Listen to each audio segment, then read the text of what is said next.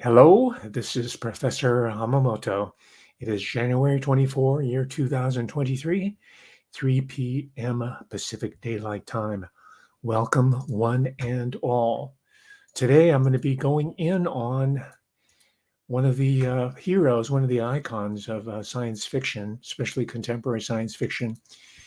And it's probably not going to be a talk that's going to be well received by they call themselves dickheads, right? They think that they're in the minority, but in truth, being a dickhead or a Philip K. Dick devotee is cool these days, especially after all the different movies that have been adapted from his either short stories or fiction, played typically by Keanu Cruz, right? That is, it's either Keanu Reeves, because he's like the semi-Asian person, but not really, because according to the Hollywood people, East Asians don't attract an audience. It's not true, but it's really more of a case of suppressing the Mongolian genetic bloodline, which was the largest empire that the world has ever known,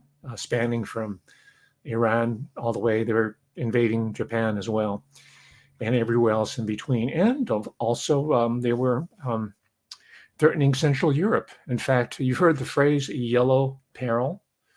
Well, that wasn't coined by some politician in California back in the 1880s or 1890s or the 20s, because there was a succession of anti-immigration targeting Orientals, first Chinese and then Japanese. It wasn't coined by them. It was coined by none other than Kaiser Wilhelm II. All right. So they were feeling it civilizationally far, even before there was what we now know as the United States of America. So we have to look very deeply into the cultural roots of Mongolphobia, as I'm calling it. And we're seeing a manifestation. It's displaced to Sinophobia, but I think it's more generally a Mongolphobia, and this has to do with the competition for resources in Africa south of the Sahara, and has to do with the so-called Belt and Road Initiative, and it has to do with really the 21st, 22nd century world economy that is up for grabs right now, and we've been experiencing for the past couple of years the run-up to that domestically. For a larger global system that's in the process of being imposed.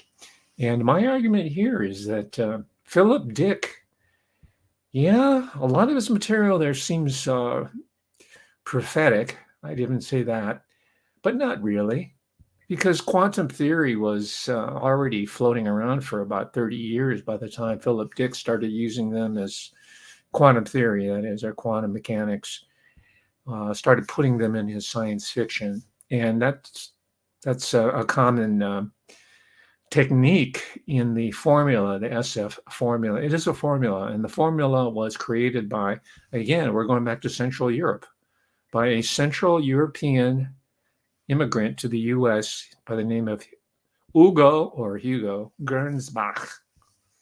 All right, check him out. He's a pioneer. He's the guy that was founding all these magazines, amazing story, all the magazines that Philip Dick and his friends would nerd out with when they were in elementary school, all the way through high school, Berkeley High School. Yes, you went to Berkeley High. You didn't finish the last year. You had some kind of nervous breakdown. I don't know what it is specifically. And I'm mentioning this because it's clear to me, and this is what the critics, the literary critics, the academic critics, as well as the amateur critics, and I don't mean that disparagingly, by the way, they're just not in the academic world, because some of their writing is really good. It's very, very perceptive, but they're not looking at Philip K. Dick through the same lens I am. And I'll state it right at the outset. My contention is that Philip K. Dick, or his middle name was Kindred, by the way, ironically, I would say that right off the bat that he was what today is known as a targeted individual. And if you're on my Patreon, and you should be, I've been putting some articles on there, literature, it's there, and it's not people who are wearing tinfoil hats. These are academic articles. That's my world. And we're seeing that world is opening up thanks to people like me who are putting themselves out there and saying, we need to really look at the popular culture and listen closely what they're trying to impose here. Now, I'm not saying Philip Dick was doing this single-handedly, but I'm saying that these publications, Dell and Del Rey, these they were usually boutique. They're probably owned by some multinational media conglomerate by now, but they had an agenda, and their agenda was to lay the groundwork in the popular culture for a new generation, 3-4 generations of technofascists who were going to go to work at the Pentagon and its extension here in Silicon Valley, DARPA Valley, or they're going to work in Paris, or Bonn, wherever, or Tokyo, all the major centers of research and development for this. And in order to condition the environment, what we have is a tried and true strategy of using folklore as cautionary tales, using fiction, and in this case specifically science fiction or speculative fiction, in order to get these ideas out there and popularize them. Sometimes it's mistakenly called predictive programming. There's nothing predictive about it. It's an agenda. It's an agenda program. And see, we've seen, I don't have it with me here, or do I? We've seen this time and time. I guess the best example of that is The Wizard of Oz. For those of you who don't get it, Wizard of Oz was about the ideological battle of the monetary system in that point in time in American history before World War II, the interwar period. That was L. Frank Baum, who wrote a series of books that ostensibly were geared towards children, but the subtext was a very adult topic, and that is, are Americans going to live under banker bondage, or are we going to live in a free republic that's not being... So very, very relevant topic for today in 2023. I'm sure you're up on the news just as I am. But he wrote these series of books, and it was later transposed into the classic now, The Wizard of Oz, starring Judy Garland. Her real name is Gum, by the way. She was part of a family called the Gum Sisters, Gumm. And I don't know, she was not a teenager or even a girl when she did that movie. They just put her on a lot of speed so she would keep her weight down. But she was a fully mature woman playing a child.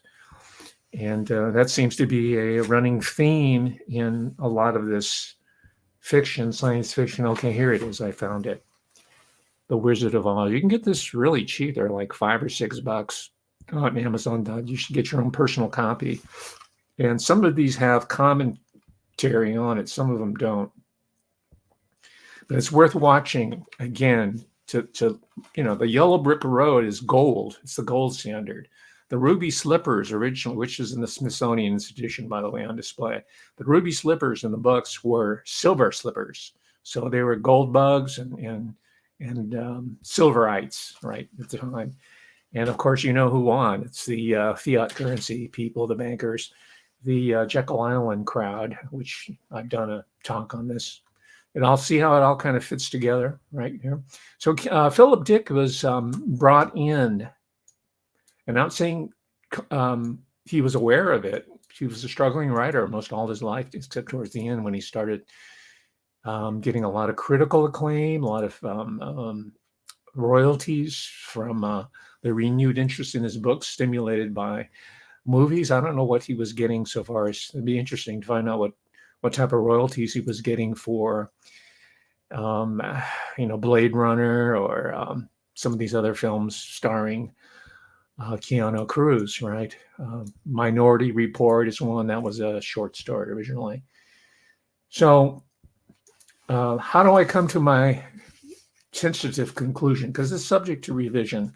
And this is where you, dear audience member, can contribute if you like, if you want to investigate some of these institutions further and put a comment down here rather than saying, oh, no, you gotta check out so-and-so, you got to look at this particular program. I know most of the literature out there, and I know a lot of the literature that most of these main disseminators of science fiction and UFOs and sexy Nazis and all that. I know I'm very much in touch with the literature that they have zero access to. So why not me? Why don't I focus on something that you don't know rather than what you do know, right? It always boggles my mind. Maybe you think, it makes you feel smart that you know so-and-so and you can name check them. Excuse me. It's really cold here. I have to put my my lap blanket on. It's really cold. The sun has come back, but it's cold. My teeth are chattering. So I started doing just a short bit on Philip K. Dick. It wasn't going to be this long, but I wound up doing like 25 pages, and I've only started to break the surface. So I'm thinking this might be a book in itself, because what I was doing, I started out the first chapter talking about Jackie Spear, longtime congressman from California. She's one of the people who are in the orbit of Dianne Feinstein, and a little later on, you got Gavin Newsom comes along. And these people were all brought in after the assassination of Leo Ryan in Jonestown, because I gave that talk already, and then about a week later in San Francisco, Mayor George Moscone was assassinated, and so was Harvey Milk, who he was on the board of supervisors. So there was a whole new wave of people coming in. Am I saying there's a cause and effect relationship? I'll leave that for you to decide. I'm just putting out to the context in which people like Jackie Spear, and she took the name, by the way. One of her middle names is Jacqueline. Obviously, it was an homage, or she wants you to think of Jackie Kennedy, who was really cool back then. So I did that chapter, and because I'm doing all these people who are related to the University of California. She went to UC Davis. And Philip Dick, as it turns out, well, I knew this already, but now I'm going back and digging through it. He had a very close connection with the University of California, Berkeley.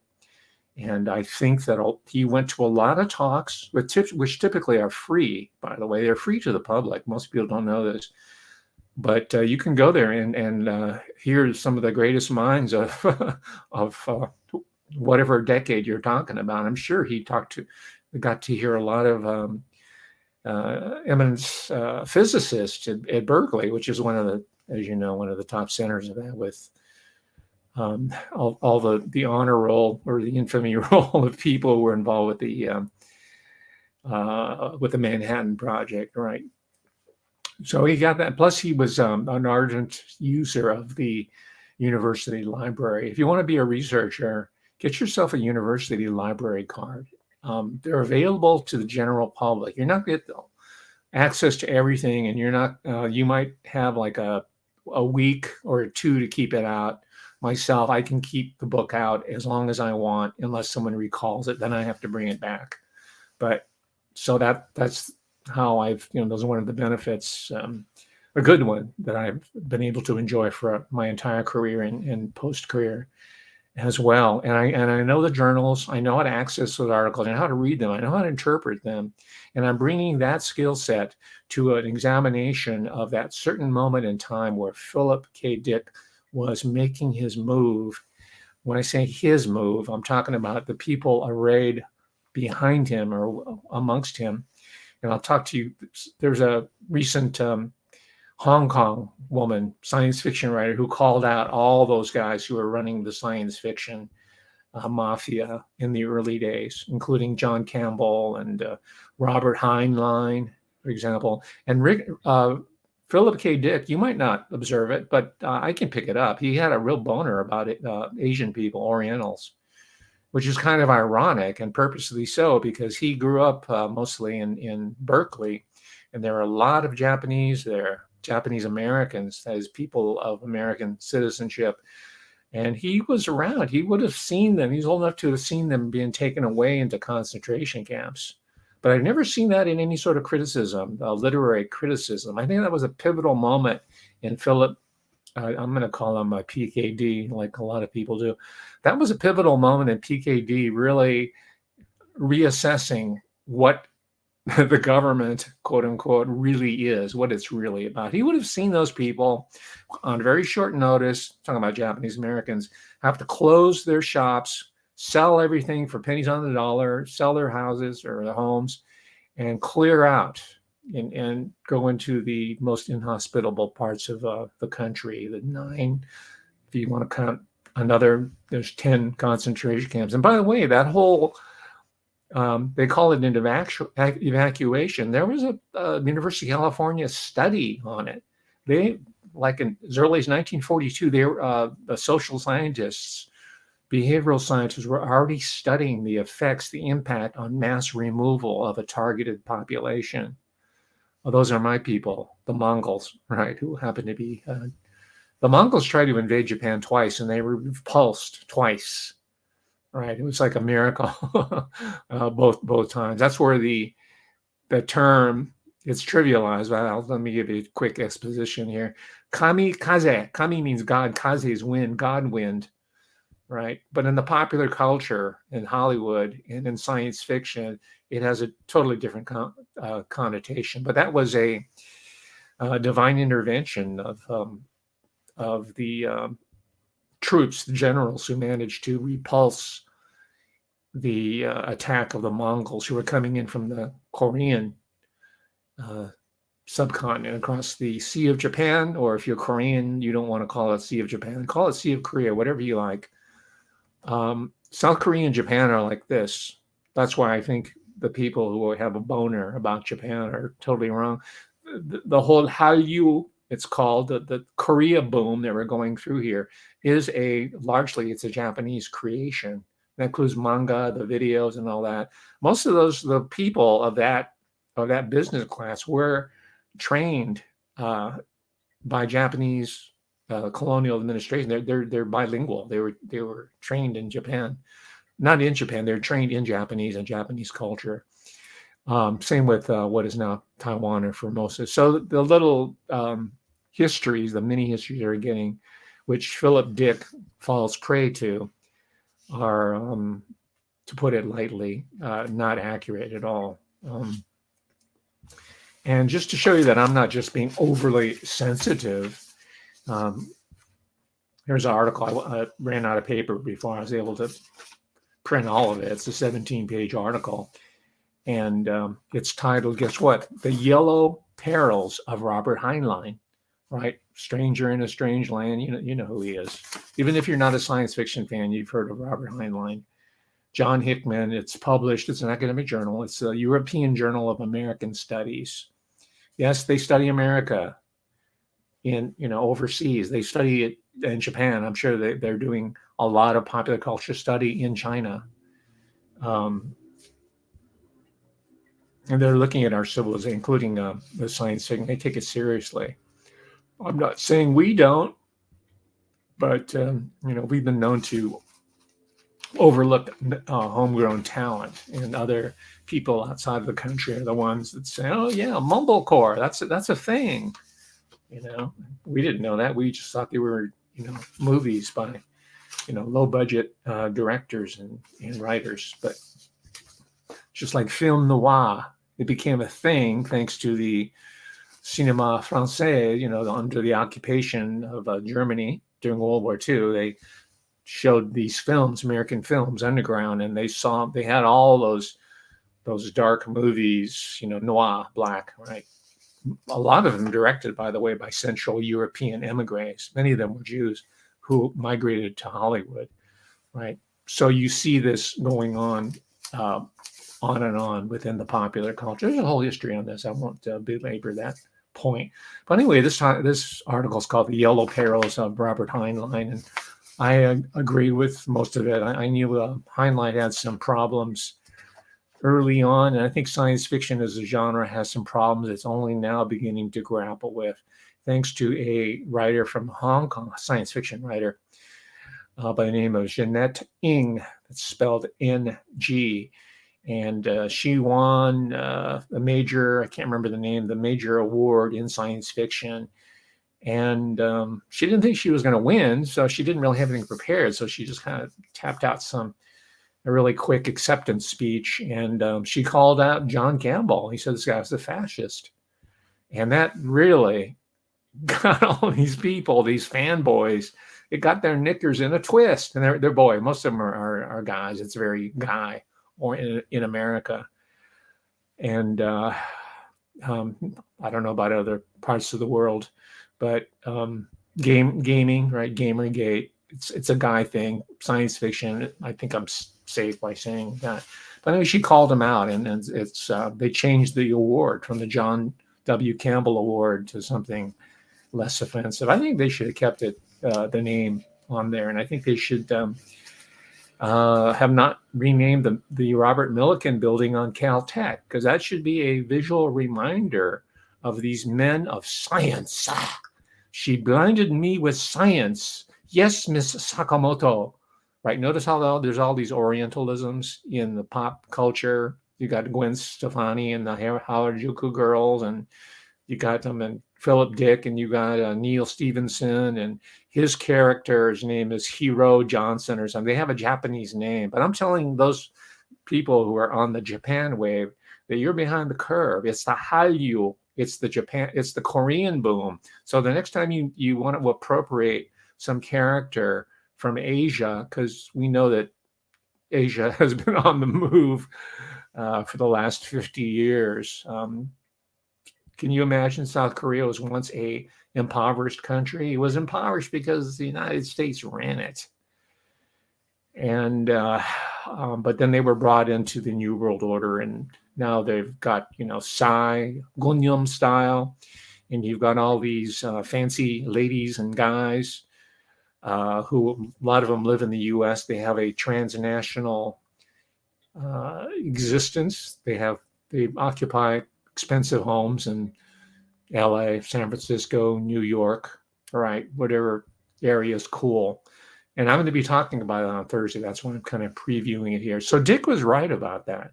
He was right about that when he published the book. It was originally came out in 1962, and that's the Man in the High Castle. And some of you may know the series that was adapted. I think it was either Hulu or an Amazon series. I don't think it was Amazon or Netflix. It was one of those, and you can find it if you want to check it out. But read the novel as well. It's one of these alternate history books, and he didn't invent that. Philip Dick did not invent alternate history. And people like Jules Verne in the latter 19th century were doing that. Even people like Mark Twain.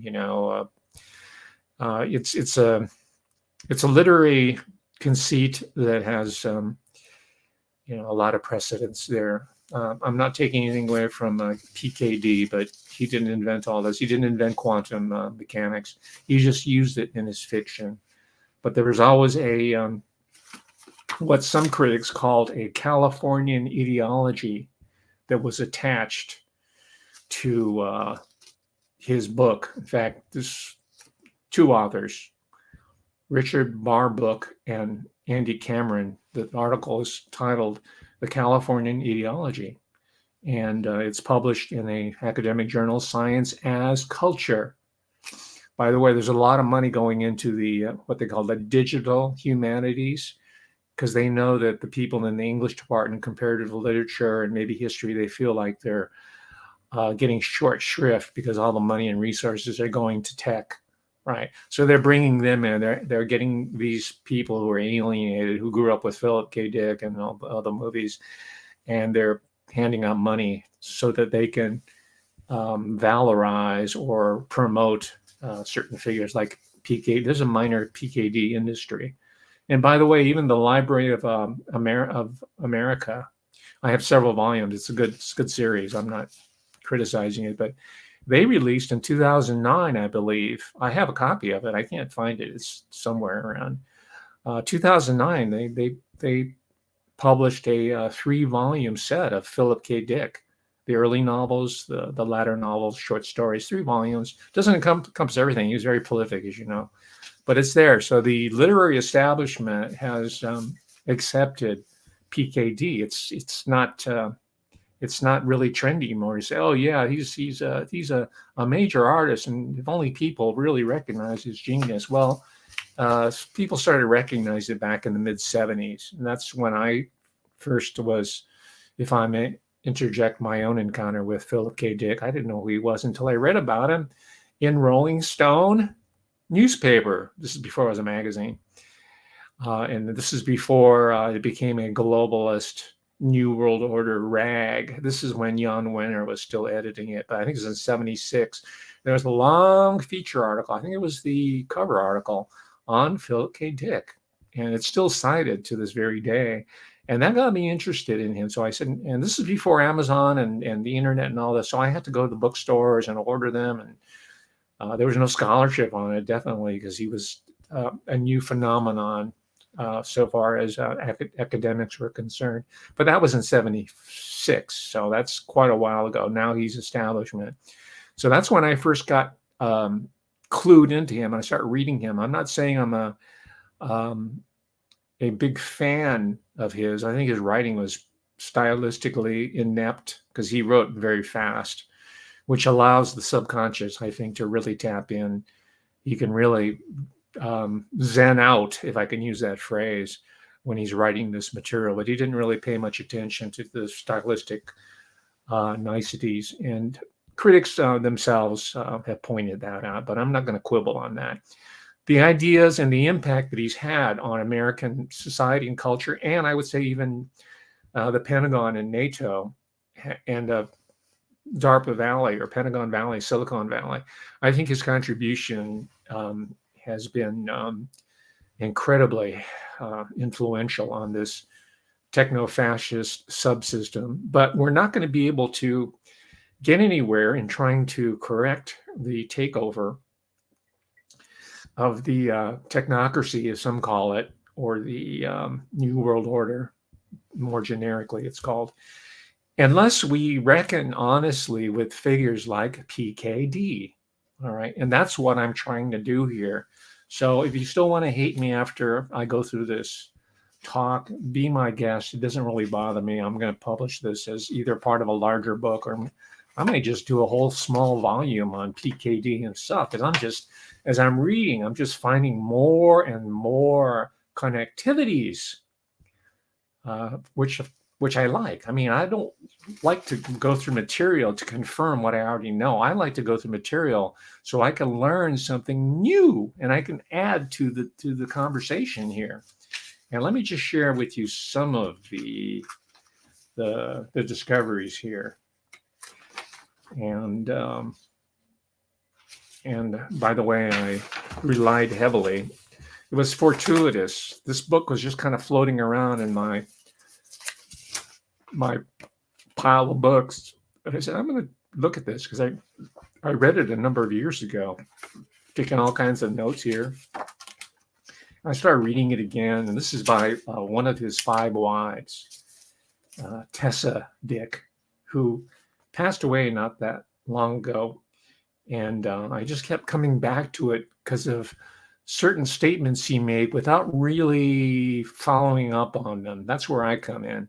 And one of the 2 interesting points that I'd forgotten about since I read this book 5-6 years ago, as I told you, I've read all the major bios on Philip Dick. And again, not because I'm a Dick scholar, not because I admire him as a literary stylist, but I think he's important for the reasons I've already stated. He has helped to train, to acclimate 2 or 3 generations now of mostly guys who work in Silicon Valley. That's Brotopia, as one author.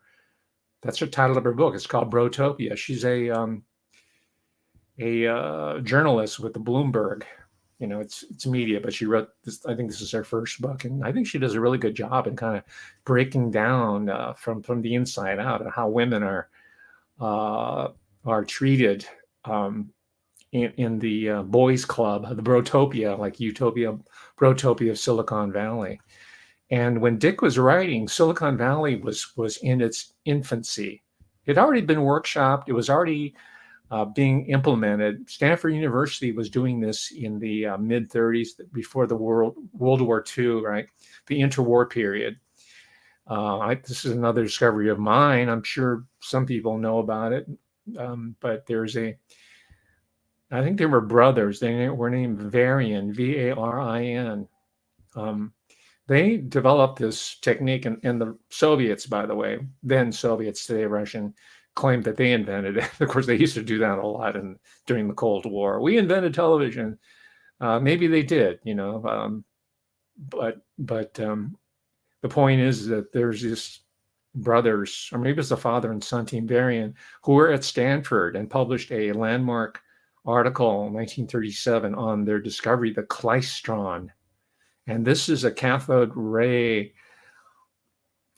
They don't say this, but I'm reading between the lines. It's an entrainment device, right? Dick wasn't, he was alive at the time. He was a kid, but he wasn't writing until the early 50s. But I think he was already being brought in as a targeted individual being subjected to these types of technologies, as well as psychoanalytic and psychiatric therapies, quote unquote, therapies. And I'll just use the generic term that we're all familiar with, mind control. All right.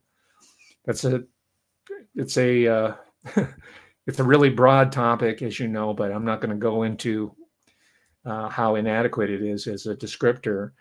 But according to Tessa Dick, his former wife, both Philip Dick and her, Tessa Dick, well, she wasn't Dick at that time, forgot her maiden name. They were both part, he was older than her. He was by maybe 20, 25 years old, or something like that. But both of them in their time had been recruited into a gifted children's program. Maybe some of you here who are watching were similarly brought into one of these programs. I remember in my elementary school, they had a track called High Achievement. And then when I was teaching, I would lecture about these programs and how people are recruited and talented and groomed and assessed. There's a good chapter in this book called Spycraft on psychological assessment of future spies and couriers. The CIA, I'm reading here, the CIA's primary direct assessment tool, a largely cultural neutral test, was developed by TSS psychologist John Gittinger in the 1950s. Okay, so that would have been the period of time that Dick was being profiled and brought into the program. And I have these articles, by the way, the Gittinger, the original Gittinger articles. And there's going to be more, hang on, about the psychology. Some familiar names resurfaced when I was revisiting the career of Philip Dick.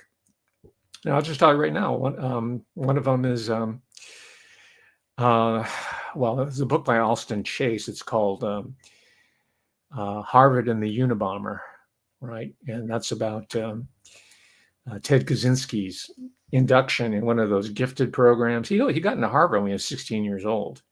And that, by the way, there's another University of California connection there. Kaczynski, I have to write about him. First job that he got out, I think he got a PhD at the University of Michigan, and he got a job right out of the chute to one of the top mathematics departments in the country, if not the world. That's UC Berkeley. And as an assistant professor, he didn't last long. You know the rest of the story. He went off the rails and started writing these anti-technology screeds. I think Theodore Kaczynski, if I may, at the risk of insulting PKD people, fans, I think Ted Kaczynski is a more important writer, a more influential writer than Philip Dick, because he was not fictionalizing anything. He was writing from his own research and his introduction, because he had free reign of the library at Berkeley, and I think I'm just guessing now, but I think that he probably realized, oh my gosh, what did I get myself into? I'm just into mathematics. I didn't realize that I'm going to have to execute what I've been groomed for as a teenager, right, over at Harvard. We'll get to that in a moment.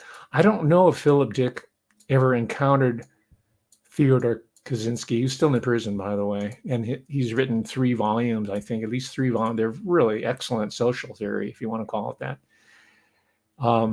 That's the type of book that I would encourage dickheads, the PKD fans, to read. Read Kaczynski's output, right? And I gave a talk quite a while ago on Ted Kaczynski and Harvard and the Unabomber and that whole connection there. So, and by the way, that also sensitized me to the possibility that Philip Dick himself was a product from one of these types of talented teens or talented children programs, like Tessa Dick was saying she was part of, as well as her the man who later became her husband. So that was a big clue for me, and since then I've followed some of the names she throws out in this book. I don't know if it's still in print. If it is, it's probably costs a lot. As soon as I find them, I just jump on it. And thank you, Patreon people, for supporting my work even before I started doing these casts.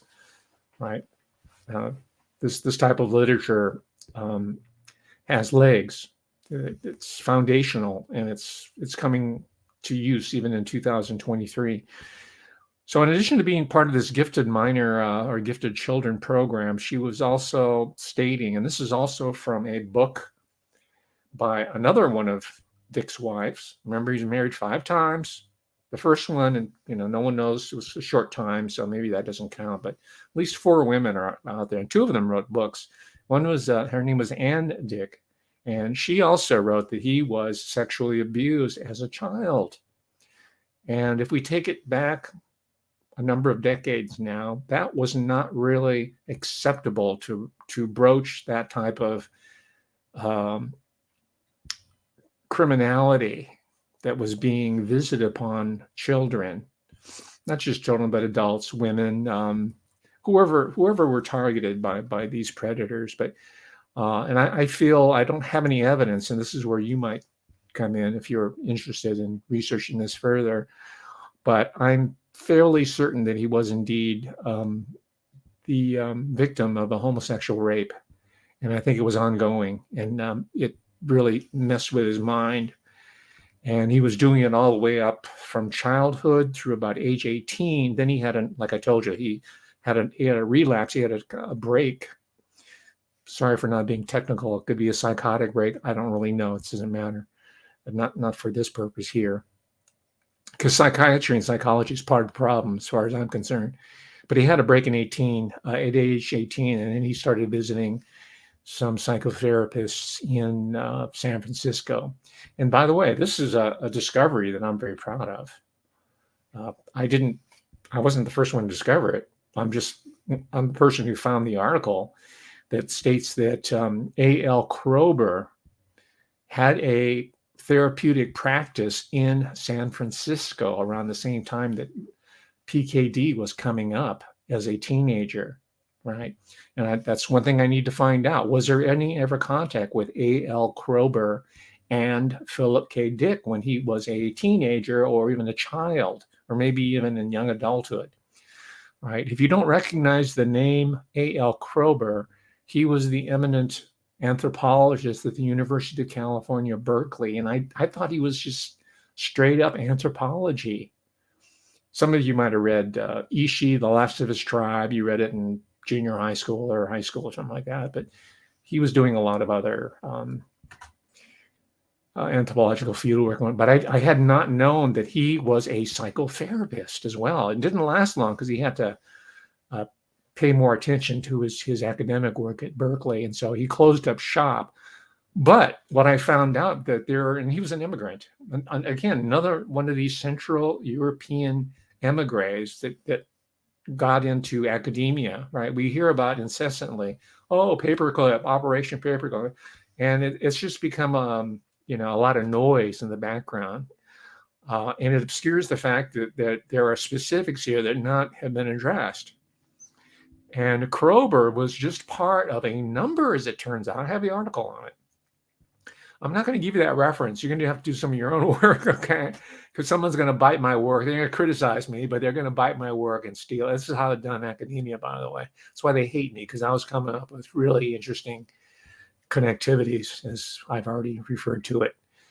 But he was just one part of a Central European, most of them were German Jews or Austrian Jews who had migrated to the Bay Area, and that includes, San Francisco, Santa Cruz area, Monterey, up to Berkeley, maybe even Davis is part of that. It's not really Bay Area, but there's some connections there.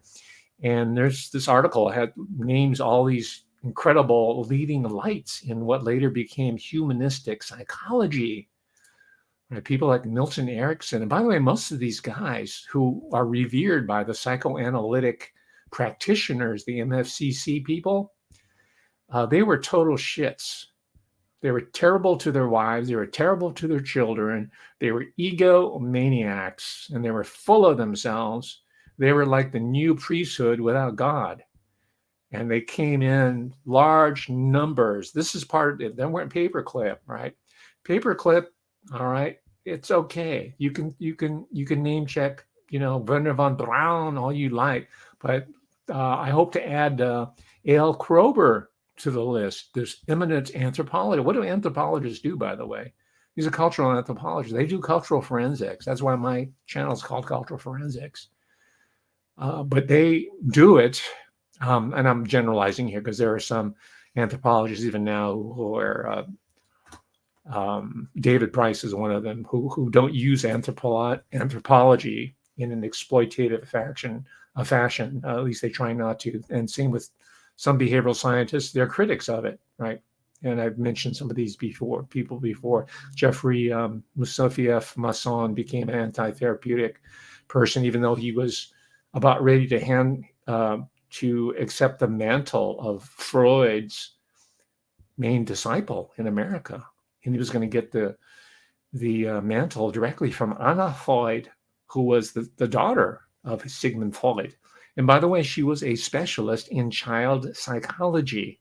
And this is where the child, it starts decades earlier, and Dick's mother was involved with it. I'll get to that in a while. I don't want to end this talk without bringing in Dorothy Kindred. That was her maiden name. That's why it's Philip Kindred Dick.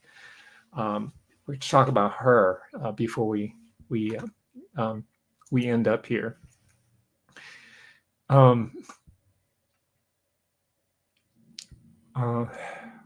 Well, let me talk about her now while it's on my mind. She was a frustrated writer. In fact, she was always pastoring PKD about, hey, science fiction stuff, it pays the bills, but you really need to be a real writer. Just like my career, you really need to study sociology. You need to study anthropology. You need to study a real discipline. I said, no, I think I'm going to bring something to Asian American studies that no one's ever seen. And I accomplished that feat. And I said, I'm not going to be ghettoized in any one of these areas. So same token, Dorothy Dick, and also one of his wives, Ann Dick. This is according to Tessa Dick, one of the wives, said both of them wanted him to be a quote unquote literary writer. And he had some aspirations, but he genuinely liked science fiction as a genre. And that's a question that even now keeps getting bandied about, but it's really not necessary. He's over, man. He's a phenomenon, whatever you want to call him, science fiction writer, whatever. So his mother worked for the federal government in the Children's Bureau. Look that one up. I did in prepping for this. That's why I'm up to 25 pages. Some of these are like single space pages, not double spaced, because notes, everything. But she worked for the federal government, the Children's Bureau, and it turns out, not surprisingly, because I know a little about history, this was during the so-called progressive era. No, you know how they like to, these handlers like to give really nice sounding names to something oppressive. Well, that's the same with progressive. Oh, you got to be progressive. Everybody wants to be, you don't want to be non-progressive. You want to be retrograde. You want to be progressive. So that was coming in during even before World War II. She was in there in the 30s, and through the 40s, she was working for the Children's Bureau, and she was writing pamphlets on parenting. Right. This is when, like, we talk about Anna Freud. I gave a talk on Peter Neubauer. He was doing the child twin studies, right, which are under embargo at the Yale University Library for another 20 years or something like that. Those should be released right away. Children, you and me, were being experimented on very closely, and they still are. All right. Most of you have figured that out by now. And Philip Dick was one of these select targeted children that was part of it. So I think it was his mother who was bought into this whole progressive education. I think she donated her son into one of these gifted programs, and he used to go there every week across the bay. I don't know if the Bay Bridge was up there. I think it was by the time he was able to take the bus. But he'd go from Berkeley. It's not it's an investment of time. But he went from Berkeley across the San Francisco Bay over to San Francisco and meet some of these people that I've talked about. Many of them who are German Jewish or Austrian Jewish immigrants who are. Here's another book that came back to haunt me, who I classify as mind fuckers. This book was published in 1976 by Straight Arrow Press, which was what the publishing imprint of Jan Wenner's Operation the Rolling Stone. I'm sorry, it's 72. It's a long time ago. This book is out of print, and it's very expensive.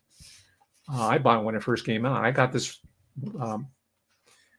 at Bowling Green. I remember unboxing it. I said, oh my gosh, here it is.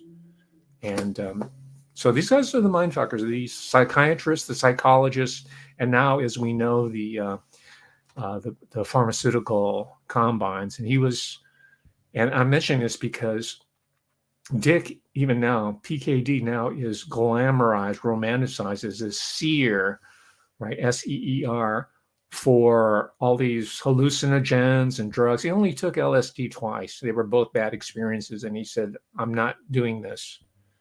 Right. So he was not the druggie that are being these microdosers that are being promoted now in Silicon Valley, because they read Philip Dick and they see the movies and they want to be like Keanu Cruz. Right. And that's Philip K. Dick's contribution to the Silicon Valley brotopia culture, as I stated before. Okay, let me move on. There's a lot of material here. I just wanted to bring Dorothy Dick. And by the way, his father, his parents divorced early on, was also a federal government employee. And this is where the technofascism, as you know, centralized at the federal level government, it's always going to end badly, right? But he was working for, guess what? The Department of Agriculture. And that's where Lawrence Layton, Dr. Lawrence Layton at UC Berkeley, was a research scientist under contract with the Department of Agriculture. So his dad, Dick's dad, was working for the department. Now I have to find out what he was doing, what projects he was doing. And as I told you before, the UCs are land grant institution, and it's baked in that they're an extension of what now is the Pentagon and now NATO. Right? And that's true for all the land grant schools in the Midwest, Ohio State, Michigan, University of Michigan, Michigan State. And the only Ivy League that is a part of the Morrill land grant largesse is Cornell University, right?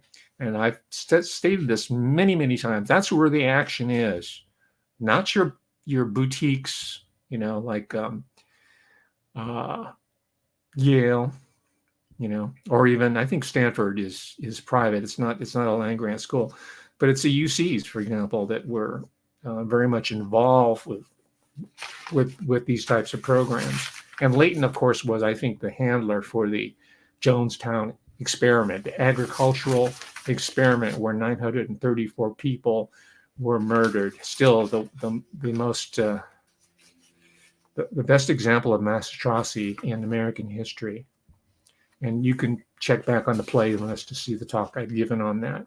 So she worked for the Children's Bureau. PKD's father worked for the Department of Agriculture.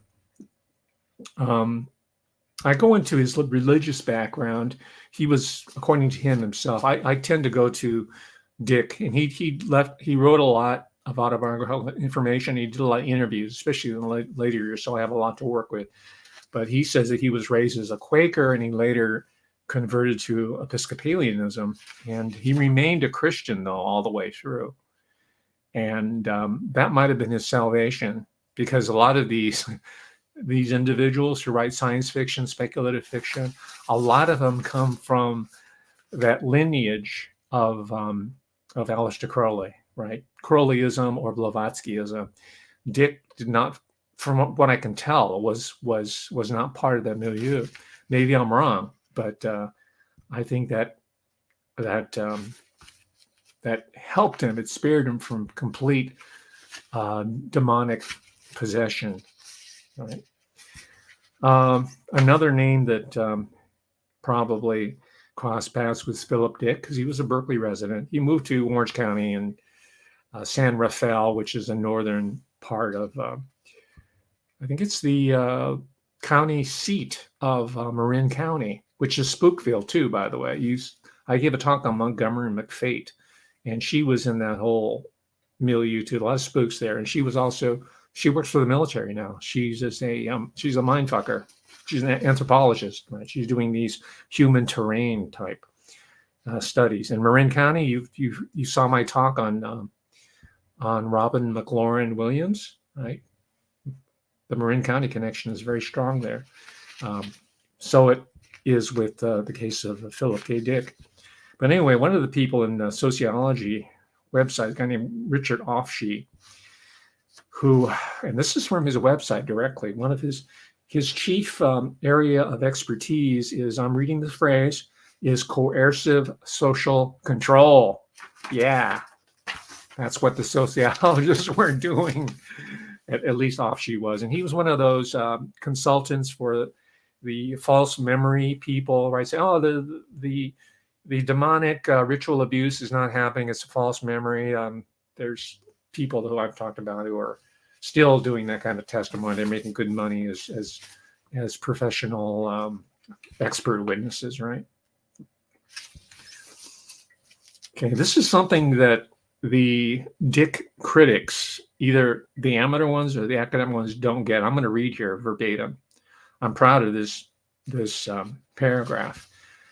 Even prior to World War II, the Bay Area was a heavily militarized region that had developed far beyond the advent of modern fortifications that date to the Spanish-American War. Right? It goes back even to the Mexican colonial, Spanish colonial times. I'm talking about modern fortification, like the Presidio, which is still there, but it's been decommissioned, right? Guess who's one of the main tenants? I think it's George Lucas. You know, all those people who are now doing mind war type of work. Individuals such as Dick were ideal candidates for the array of mind control programs funded to engineer specialized personnel needs of the intelligence agencies during the Cold War. Then I go into the San Francisco, Berkeley psychoanalytic Central European people that migrated to the area. And they were also part of the Esalen movement, the human potential movement. It all comes from them. The New Age still carries a lot of this mindfucker baggage, if I can quote this book, very prescient, 1972.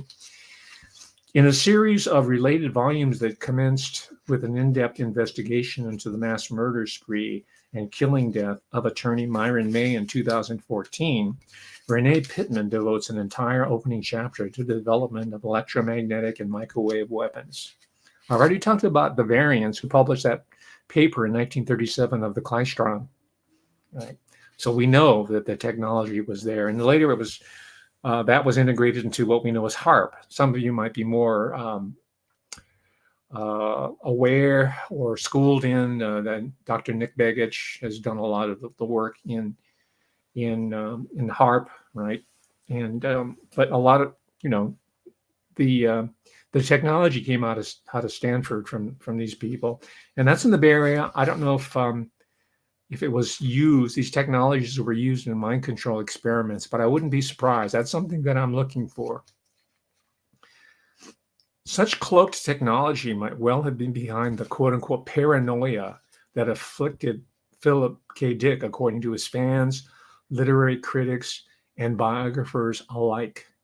By now, targeting of individuals for induced hallucinations, voices heard in the head, and the deployment of non-lethal weapons, quote-unquote, has an extensive literature support what once was dismissed as a purely mental health issue. And you're still going to hear that in 2023.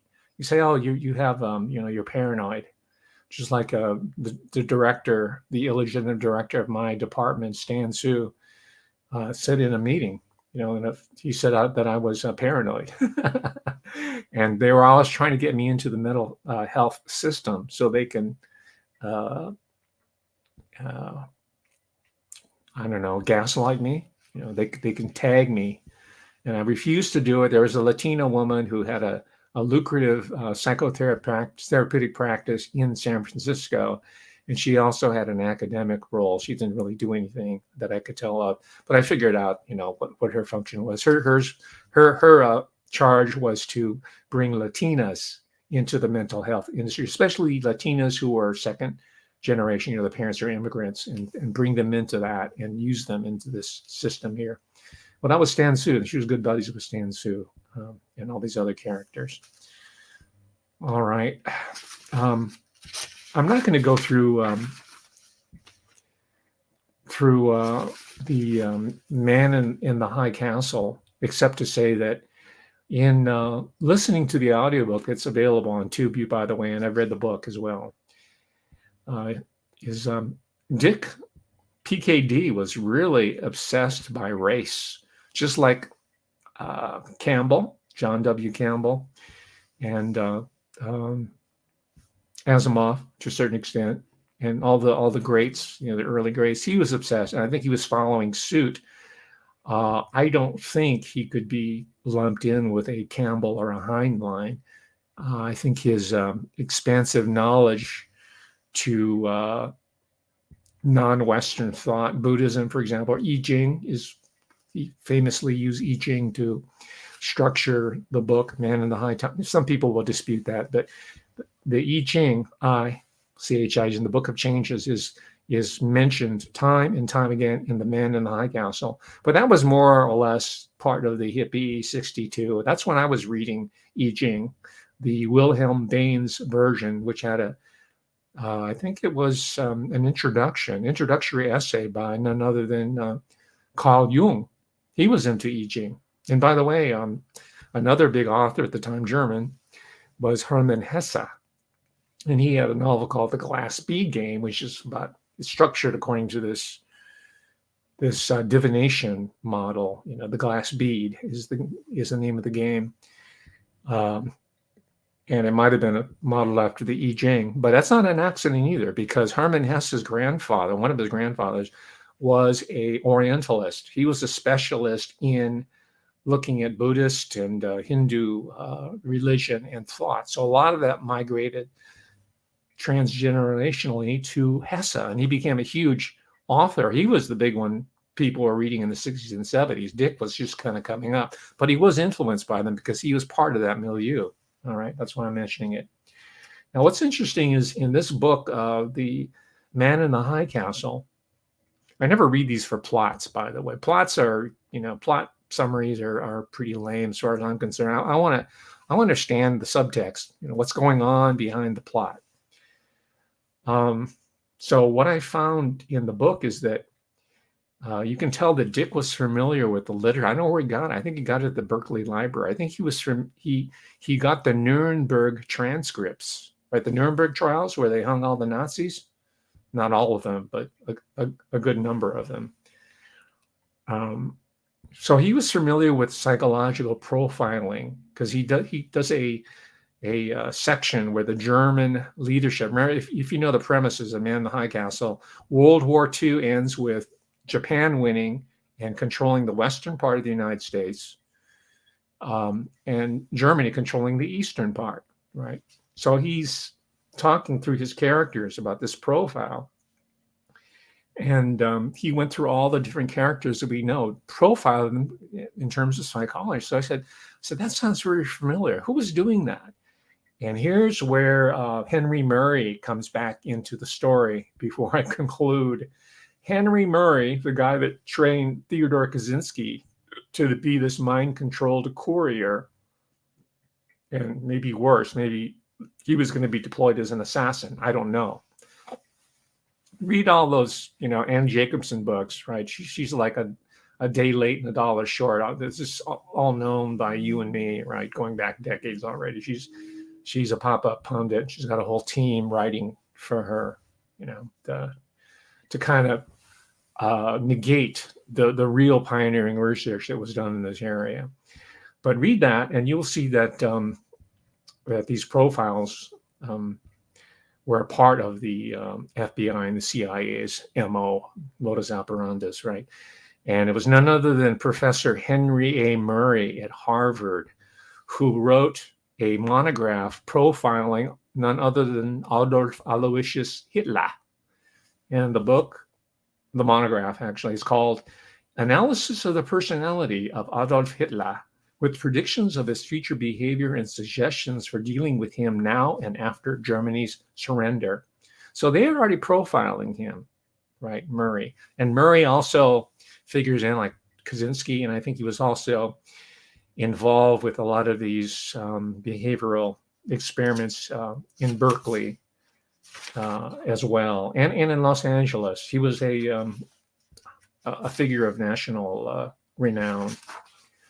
Okay, well, I'm running out of time here, so I've got a lot of pages that I wanted to share with you, and maybe I can come back with it later. But I just have to show you that there's all kinds of photos, because remember, the Japanese American population were studied very carefully, just like you and I were studied very carefully over the past 2.5 years to see how we're responding to certain exigencies that were orchestrated and engineered. Well, the Japanese American community was doing this back. They were the subject, the captive targeted population back in 1942. All right, and they have the photographs, which I found. Figure 27. This is Mess and Lodging Office at Pomona, California Assembly Center. Another phase of administration was the mess and lodging staff composed of the evacuees, these are JAs, right, under the direction of a Caucasian manager. The unit handled the assignment of Japanese employees to mess and lodging employment. So you saw this, but in the men in the high castle, that power relationship is inverted, right? And that allows Philip Dick to get his jollies, it's not in 1962, to dump on the yellow peril. In the book, they're referred to as Japs and Chinks in The Man in the High Castle. And you don't know if he means that out of spite or he's just saying that in kind of mockery of the readers. But he gets it both ways. For the readers who are into that kind of rhetoric, he's going to satisfy them. But for more literate readers who don't brook any such characterizations, they're going to give him the benefit of the doubt and say, well, Philip Dick was one of us, right? But he had it both ways, in other words. So you're going to have to read some of these essays if you want to really get into it, done by external sources. By the way, A.L. Kroeber, the anthropologist and the psychoanalytic specialist, and again, I don't know if he ever treated Philip K. Dick or not, but he was the father of Ursula. Her name, her pen name is Ursula Le Guin. You probably know her. She has a series of novels that have been released by the Library of America. Right, I was reading her years ago, The Left Hand of Darkness, and these trilogies and all that. I haven't read anything from her lately. She's passed on as well, but she and PKD were classmates at Berkeley High School. They claim not to have known each other, but they were both at Berkeley High School, just like Lawrence Layton Jr. He's not technically a junior, but Lawrence Layton, his father at Berkeley, had a son who was at Berkeley, who was not an achiever. So Berkeley High School seems to be one of those special gifted educational centers, a magnet for people that are brought in for control purposes. And I'm just mentioning this because when I found out that the guitarist for Rage Against the Machine, what's his name? God, I think I blanked it out. I haven't heard, I liked them when they first came out, but the more I read about the guitarist, he's a leftist, he's a knee-jerk leftist, which is not uncommon in Berkeley. And his mother, he was raised by a single mother, and he was involved. He was at Berkeley High School, and maybe he was sexually traumatized because he admits that when he was a young adult, going down to LA in the music scene, trying to break in, he was working as a male stripper. I forgot his name. It was like a dick swinging, whatever his name. Rage Against the Machine. What's his name? I can't. I just blanked out. You can fill me in on that later. It's just bugging me because I do have a couple of their albums, right? The early ones. Okay, I'm going to end right there because we're already like almost 10 minutes over. But I will say that there's more research that needs to be done. I'm doing it. There are a lot of other figures that intersects with the life of Philip Dick, a guy named Charles Tart, for example, was not involved with Dick per se, but he was involved with the whole Stanford hypnotist network there, which later became, about Andres Poharic and all those other people, the Stanford Research Institute. This is going on earlier than that. And so I'm trying to find out if PKD had some sort of connection with those people as well. And by the way, the name Hewlett Packard. Hewlett Packard, according to this one article, they made their fame not on printers or calculators, right?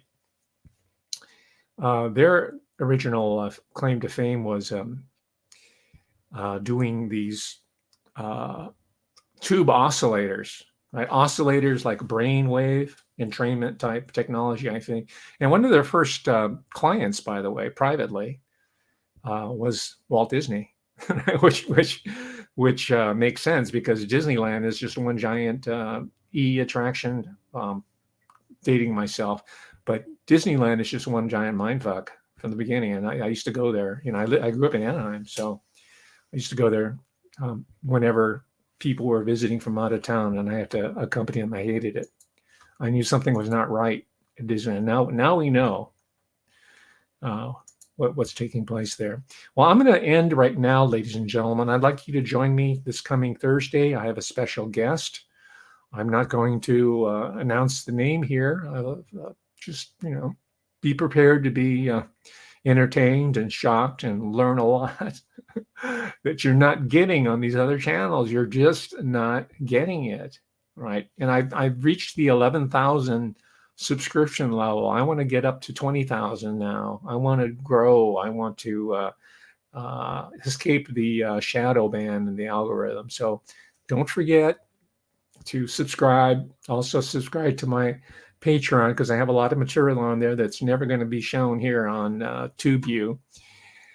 And we'll work on this together. And again, I welcome any comments below that you might have on any sort of intel on PKD. Some of you, I know, some who are part of my Patreon group, have a very personal relationship to Marin County, for example, which I've talked about before there. And there was a group called Synanon that Dick wrote about in the book Valus or Valus about Charles Dietrich. And he was one of the mindfuckers of the time. So Dick was onto it. He knew what was going on here.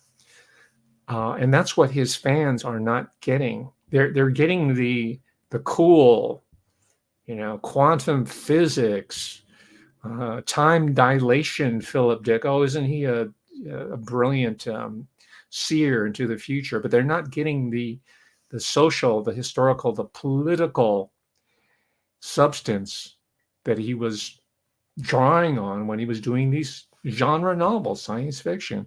And that's where we need to go, ladies and gentlemen. because we don't want to live in the world of the Minority Report. All right, pre-crime, all that stuff, right? Oh yeah, it's so cool. Philip Dick, come on. This is serious stuff here. All right, thank you, ladies and gentlemen. Thank you for bearing with me for an extra 12 minutes. We'll see you soon, God willing. Bye.